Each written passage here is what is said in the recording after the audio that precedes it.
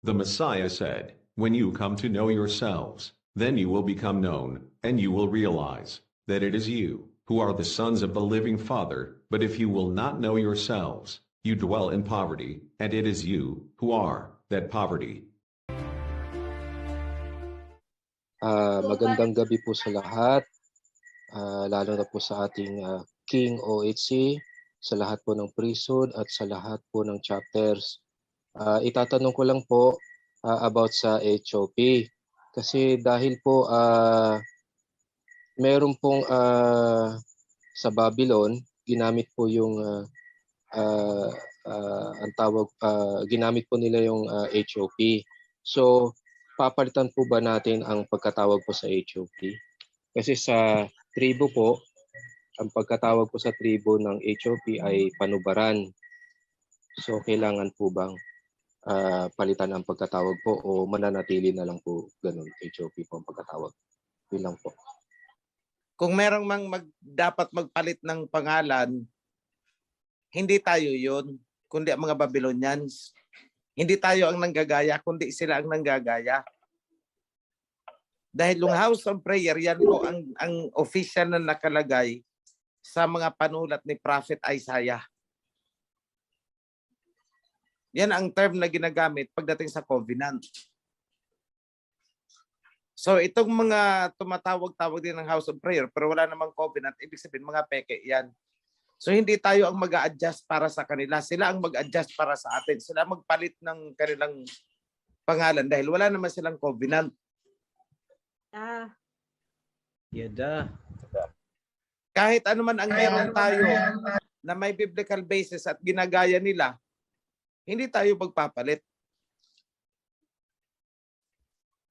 Kasi magaling sila dyan sa kagaya ng mga pangalan ng mga sekta-sekta nila. Pag nakakita ng magandang sentence na kukunin, ipapangalan sa kanila.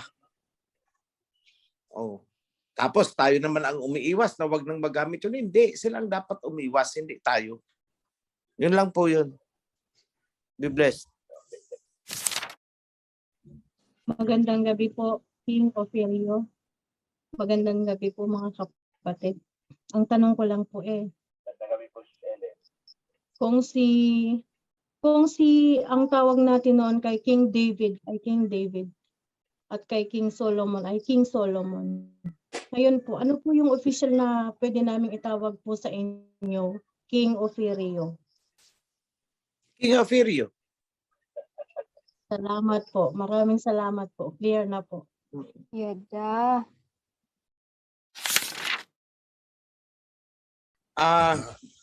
Mga kapatid, gusto kong samantalahin yung time na may announce sa inyo kahapon. Nagkaroon kami ng Board of Elders meeting. At isa sa magandang balita na gusto ko iparating sa inyo, let me just take this privilege from the Prime Minister. Inagawan ko ng pang-announce. Inapprove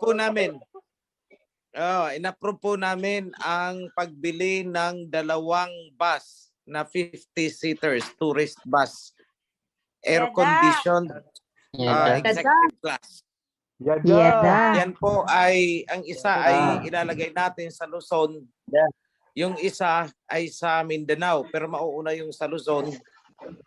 Then isusunod natin yung sa Mindanao kasi kailangan natin siyempre ihanda yung paglalagyan doon. So ang purpose ng sa Luzon is at least every new moon, ma-servicean ang mga kapatiran from different chapters, i-schedule yan na makarating sa Kasili. Round and round and round. Tapos pag may mga events, yun, makarating sila. Kasi yan ang problema, transportation.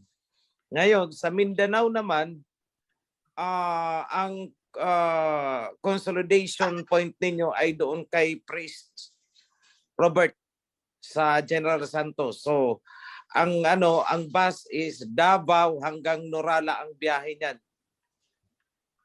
So, para ma-servicean. So, ang gagawin natin diyan is on schedule. Kayo mag-uusap-usap on schedule na lahat ay makasakay na hindi man sabay-sabay, at least new moon ng February, na-servisan, nakasakay ito. Yung hindi nakasakay dyan, sa new mo naman ng March.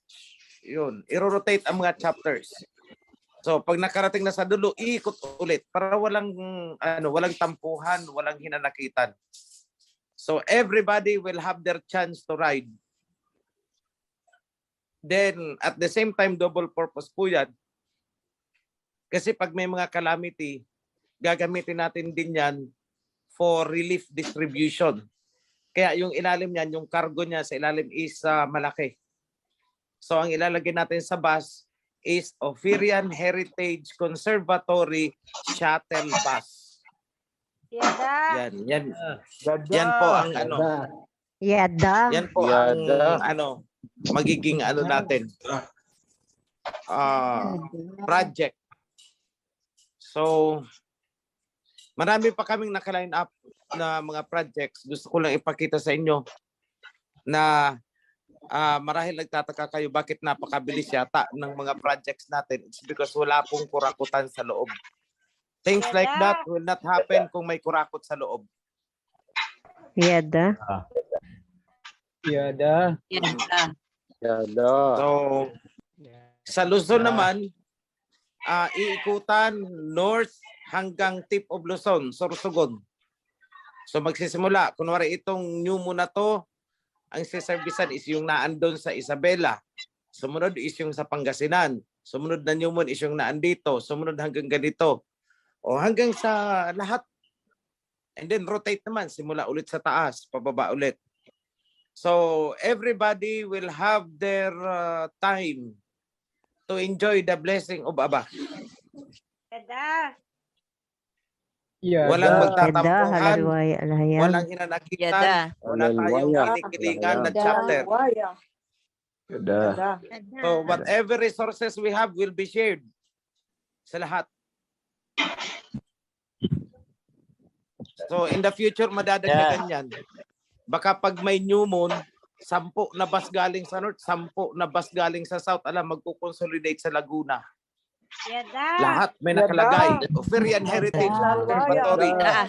Yada. Tapos ang sa unahan yan, for the glory of Aba Yahweh and King Yahweh siya. Yan yung nasa pinakaunahan yan. Sa pinakalikod is Covenant Keepers, yung logo natin.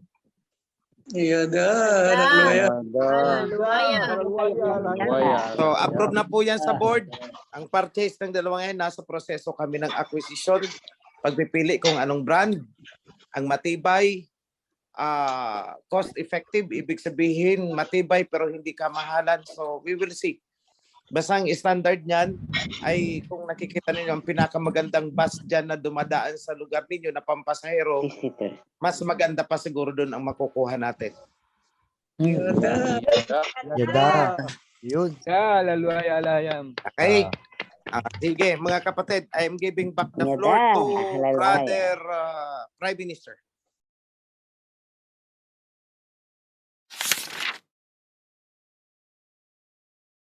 Nag-try po ako na maglagay po ng headdress, pero dun sa application, okay, head covering pala, head covering, pero dapat ikaw ay for religious purpose, Muslim, ganon. So, trinay ko na mag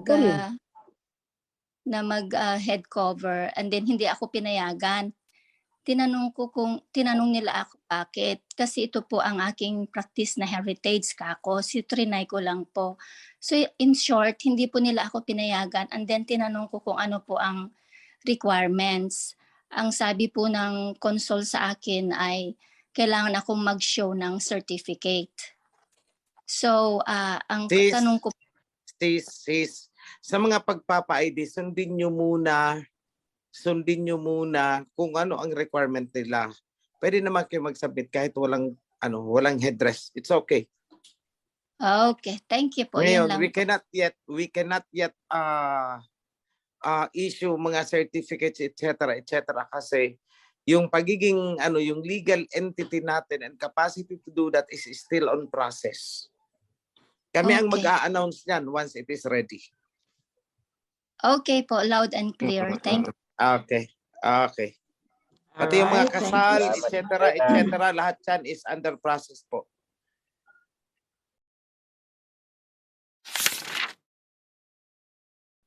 Magandang gabi po, Brother Ritzy.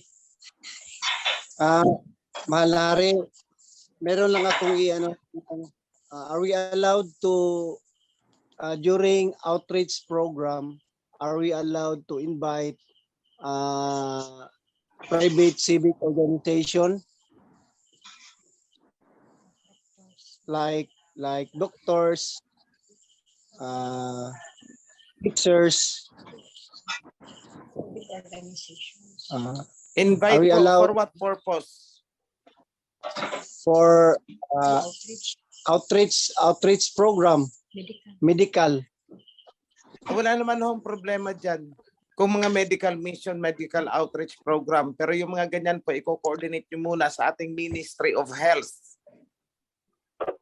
Huwag po kayong gagalaw ng ganyan na on your own, na walang alam ang Ministry of Health natin sa loob.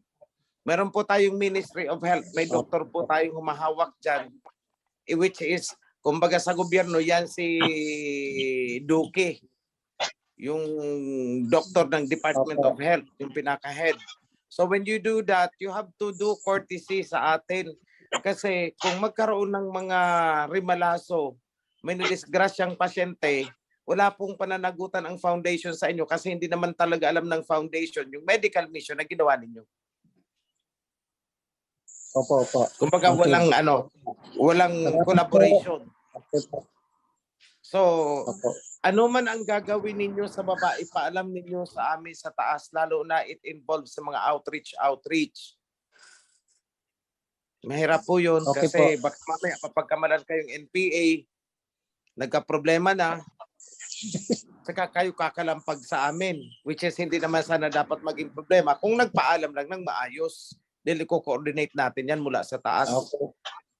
Yung mga ganong bagay po. Okay. Salamat Thank you. po. Salamat po. So, sa mga gusto magtanong, hayaan nyo na munang matapos, ma-deliver ni Prime Minister itong leadership training and the orientation kasi yun ang purpose nito, bakit kayo ipinatawag. So, after that, saka na po tayo mag-entertain ng iba pang mga susunod na katanungan. So as not to defy the purpose of this meeting, Bro BM, kindly continue with the subject matter.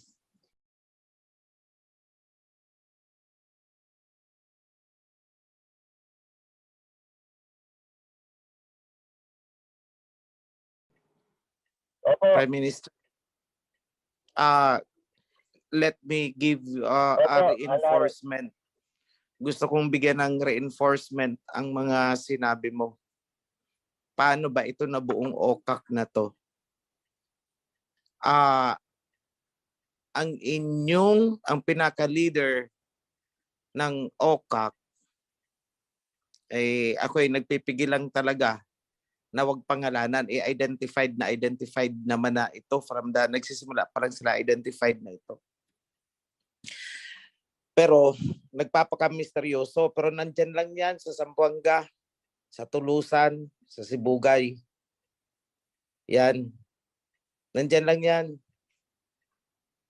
And then yung ang isa ay naandyan, malapit sa Norala, sa Mindanao.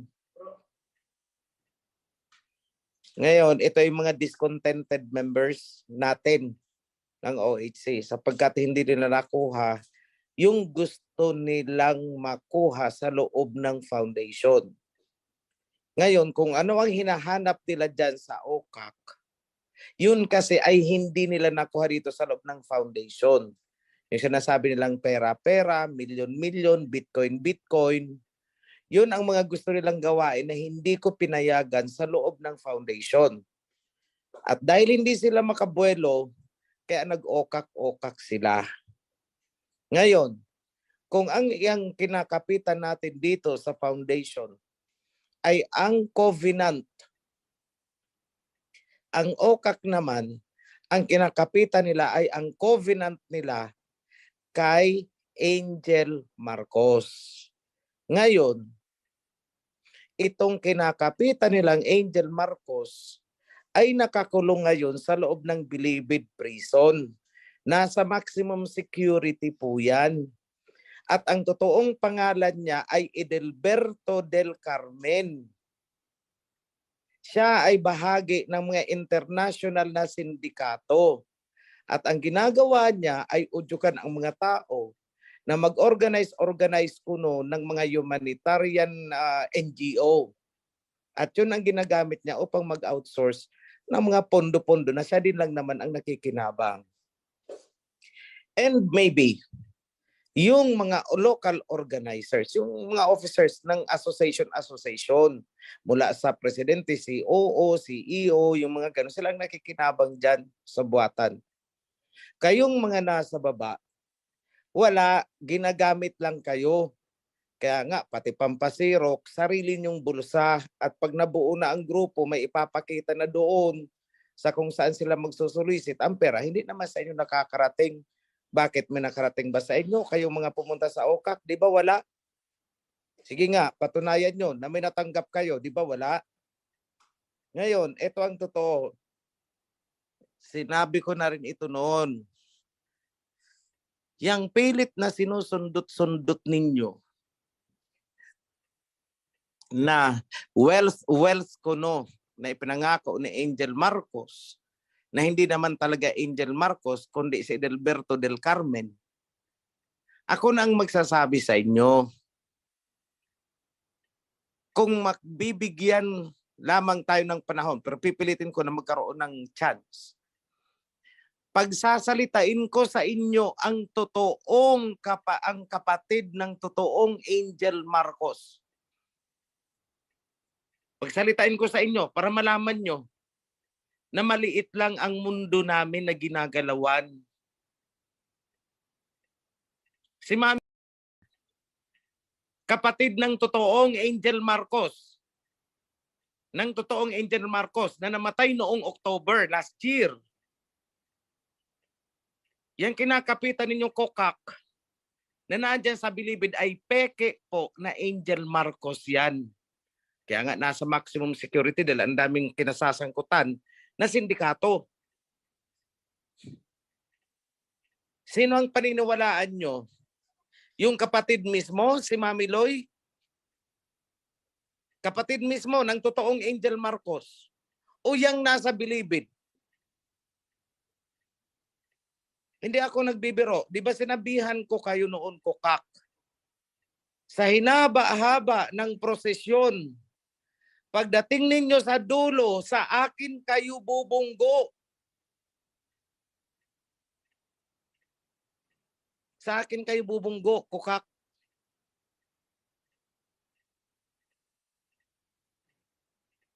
Gusto niyo patunayan pa sa inyo ni Mami Loy? Yung totoo, yung kapatid mismo ng totoong Angel Marcos na namatay noong October last year.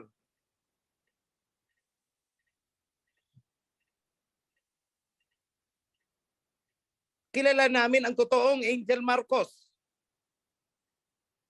Kilala namin ang pamilya.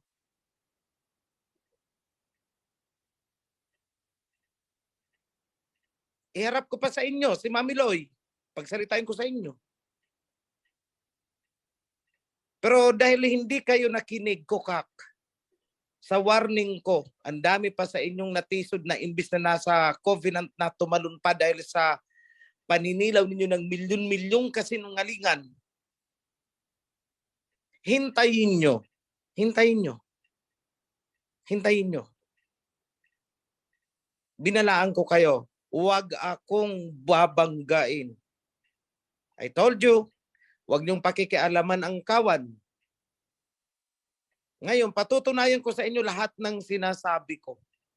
Maghintay kayo mga officials at mga alipores and cohorts ng kokak.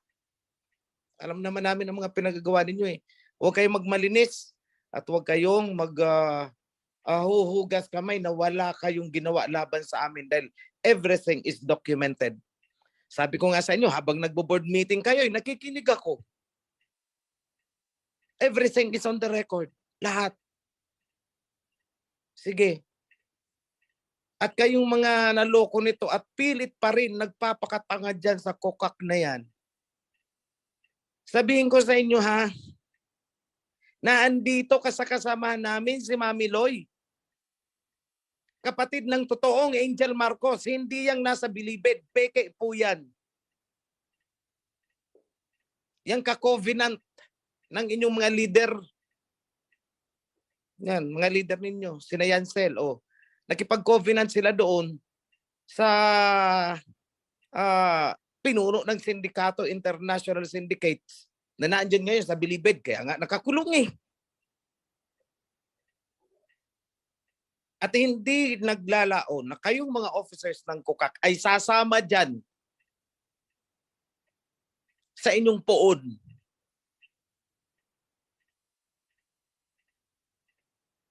I declare so.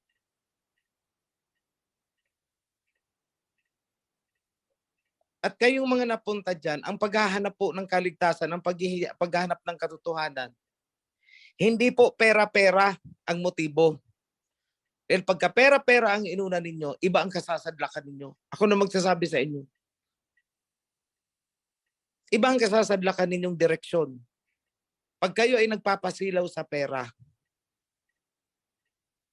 ulitin ko, yung limpak-limpak na milyon-milyon na ipinangako sa inyo. Kahahanap nyo para kayong nagpuprosesyon at nagririgo doon. Pero sa kaduluduluhan ng inyong paglalakbay, ang dadatnan ninyo ay si OHC. Mark my word.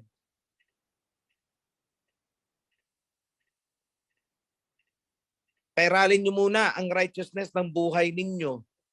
At hindi yung pagkakasilaw sa pera. Pera lang po yan.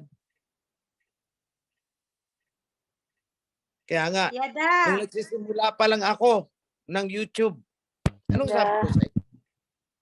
Hindi nyo ako kilala. At hindi ninyo kilala ang pinagmulan ko. Read between the lines. Sa kaduluduluhan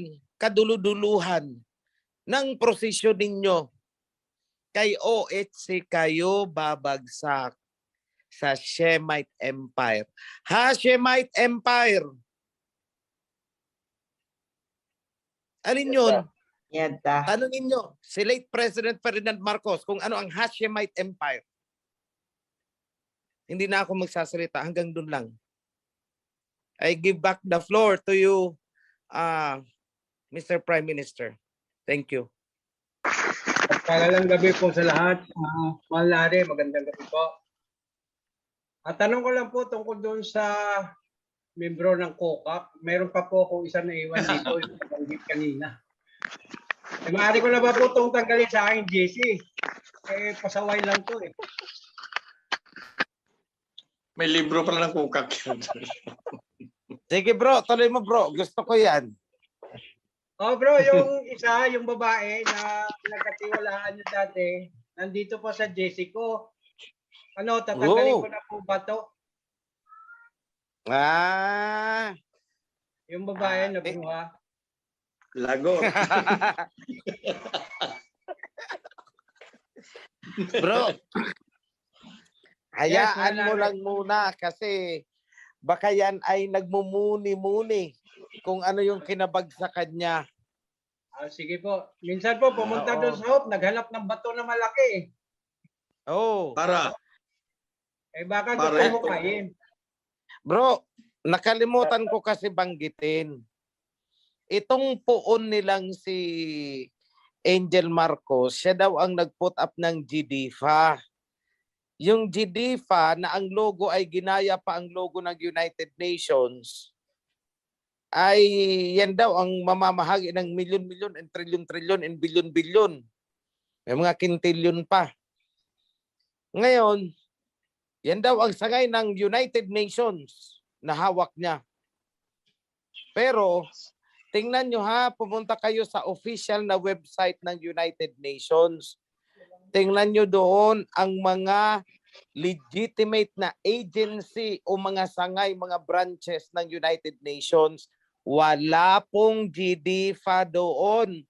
Kaya kayong mga nagpaloko dyan, may mga pinag-aralan naman sana kayo. Yung isa, Master of Education pa, running to doctorate daw siya. Nasa DepEd pa.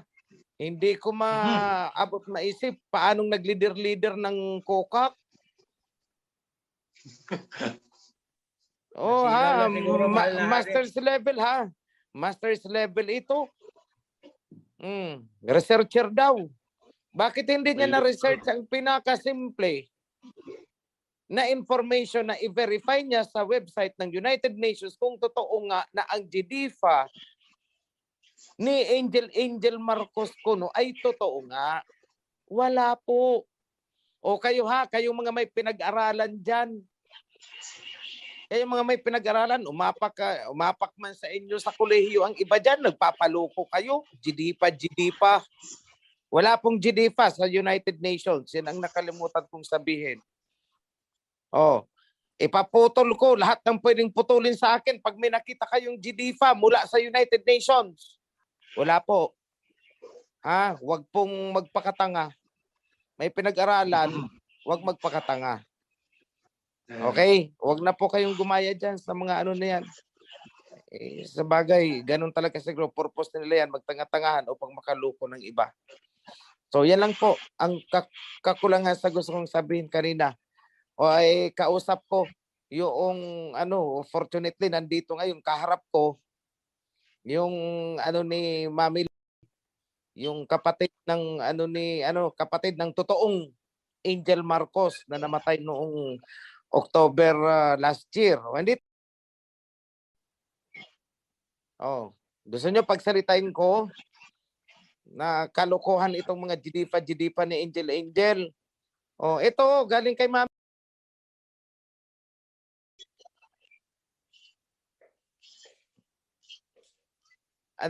Bro? Gusto mo nang magsalita? Ayaw niya. Wag daw muna kasi may expose siya. Kasi ito hard target kasi ito Pero worst comes to worst. Oo nga, wag nga bro.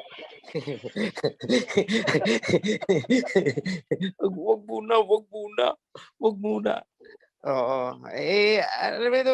Pwede kasi itong ipakidnap kaya para din itong daga na kung saan ako sumiksik doon din tumatakbo For security reasons. Ayan, pare-pareho kami. Itong kaibigan ni President Xi Jinping, andito rin sa akin. Si Lolo, yun yung pumunta sa Kasili. Yung akbay-akbay ako. Yung mga pumunta doon, nakita nyo yan. Alam nyo, hindi ako nagsisinungaling. Pati itong pamangkin pa ito actually ni Mami. Andito, naglalaro sa harap ko.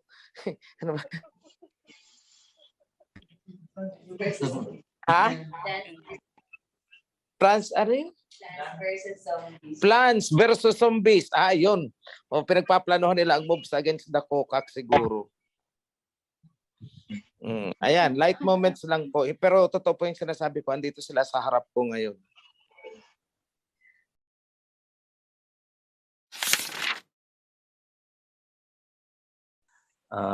Magpagpalang gabi po sa ating kamahalan, King Operio, Prime Minister, BN Sinan at sa lahat po ng kapatiran. Ang tanong ko po is it possible po na ma-change ang calendar names or weekdays names? As practice po kasi iniiwasan natin masambit ang mga LORD or GOD, pero malipit po natin mababasa or mabigkas sa mga announcement or mga pabatid po, either palitan po sa Hebrew term or Oferian term or whatever po. Yan lang po, Bibes Sharawam. Okay. Let me take that. Opo. Yung totoo, wala naman talagang pangalan ang mga months First month, second month, third month, fourth month, fifth month, seventh month. Yan po ang nasa Pati yung Torah. araw. Pati yung araw. Ikaw, unang araw, pangalawang araw. Unang araw, ng unang linggo ng ikapitong buwan, yun. Wala Pati talagang nga oras, pangalan. Ang naglagay lang naman dyan ng pati sa oras natin. Kagaya ng magdamag, meron tayong first watch, second watch, third watch. Sa araw naman, first hour, second hour, third hour, fourth hour, fifth hour. Ganun lang naman ang sa kasulatan ngayon. Ang naglagay dyan ng mga pangalan is the Gregorian calendar na yung Roman calendar system. So sa akin is wala namang problema doon. Yung just to avoid confusion. Ang bastang iingatan lang naman natin yung pangalan ng Aba. Yun lang naman eh. But the rest, whatever they want to call it, okay, fine. Okay lang yun. Kasi ang ilalabas nating calendar, actually, is a Gregorian calendar kung saan nakaplat na ang mosaic calendar. Kailangan natin gawin yon for transition purposes. Kasi can you just imagine kung gagawa tayo ng directly mosaic calendar kaagad na hindi nakaparallel sa sa Gregorian calendar, what will happen? It will be meaningless. Sinubukan na namin yan eh. Gumawa ng calendar, binigay, o hindi, wala. Hindi talaga nagamit. Kasi ang mindset ng tao is naandun, nakakondisyon na sa sa Gregorian calendar, naka-orient doon. So, ang kailangan mo lang is sabayan yon using the mosaic calendar. Kumbaga sinasabi mo, nasaan yung Sabat ng Hebrew kung titingnan natin sa Gregorian calendar, sa Roman calendar. O di matutumbok mo na, hindi ka magkakamali. Ganun lang yun. Walang problema dun, bro. Salamat po.